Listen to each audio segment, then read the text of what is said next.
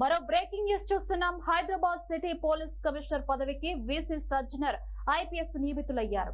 తెలంగాణ ప్రభుత్వం జారీ చేసిన తాజా ఐపీఎస్ బదిలీలో ఇది అత్యంత చర్చనీయాంశంగా మారింది.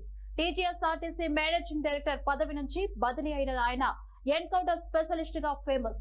ఈ కొత్త పాత్రలో ఆయన హైదరాబాద్ నగరంలో క్రైమ్ రేటును మరింత తగ్గించే అవకాశం ఉందని పోలీస్ వర్గాలు ఆశిస్తున్నాయి.